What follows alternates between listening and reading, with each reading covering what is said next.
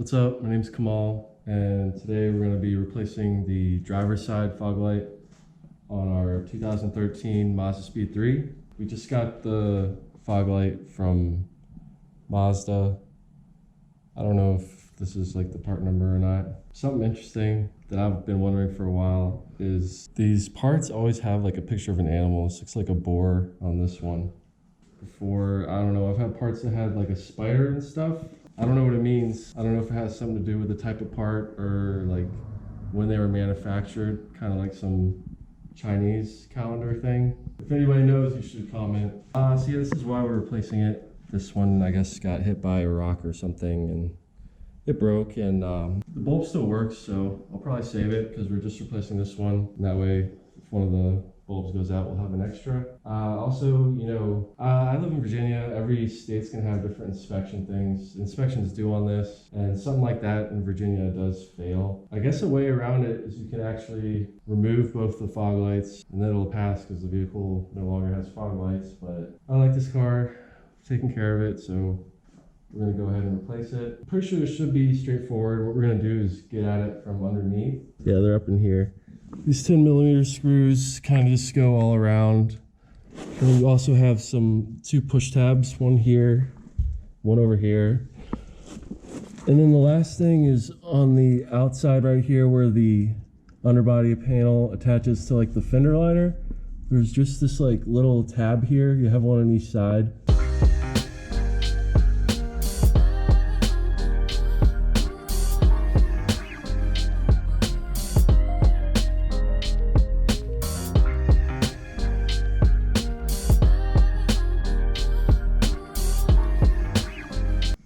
Yeah, so these are those little tabs I was talking about. So just want to be careful not to break them. And then this is where these push clips go in.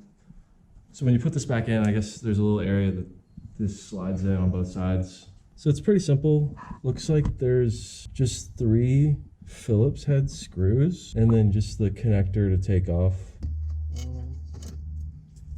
Yeah, you just push down at the back of it and it slides right off.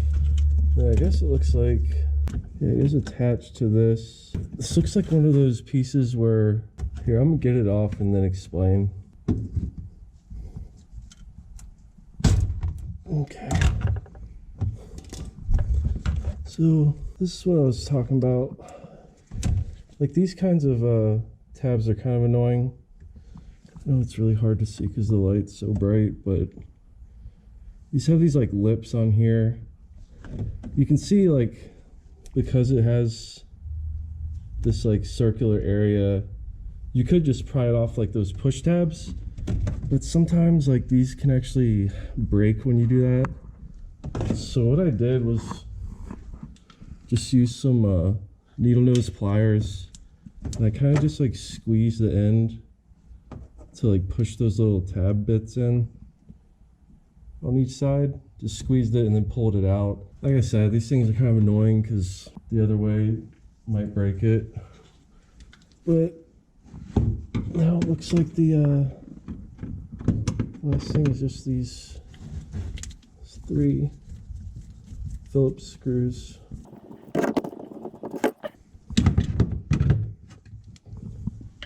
So that first one I could get with a normal screwdriver, but having like a little stubby one like this is nice for the ones over in the back here, just because if you just have a normal size screwdriver, you might still be able to get them, but it might just be a little difficult.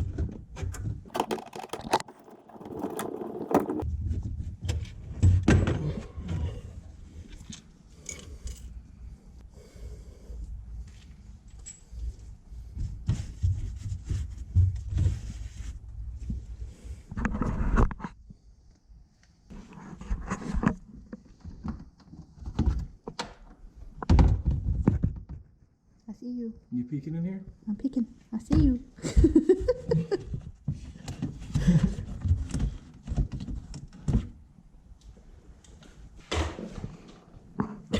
What? So fun. Your beanie is like poofed up. It looks like a cone head. That's funny looking. All right. Yeah, we actually I opened this when we got it just to check it out. And it does come with a bulb, which is nice. A little, like, That thing is all a jacked little up. dirty.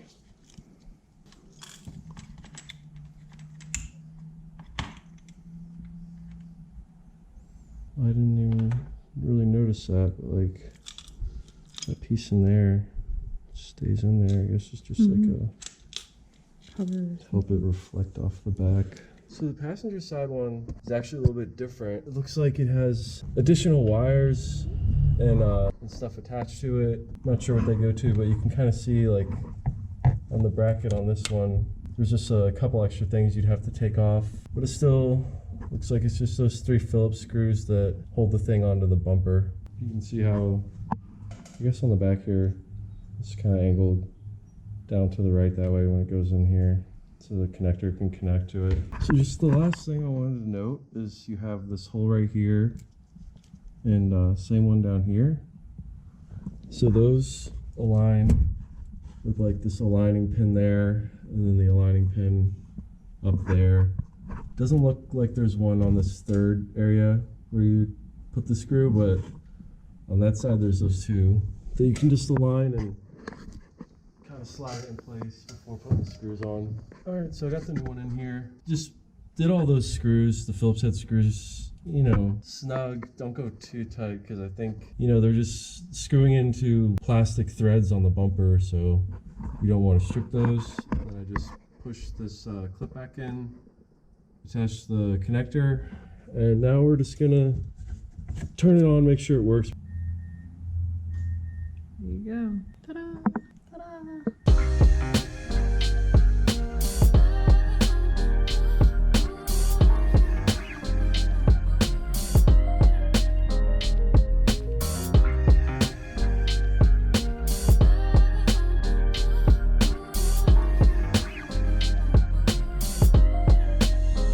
Alright, well, it's all back together.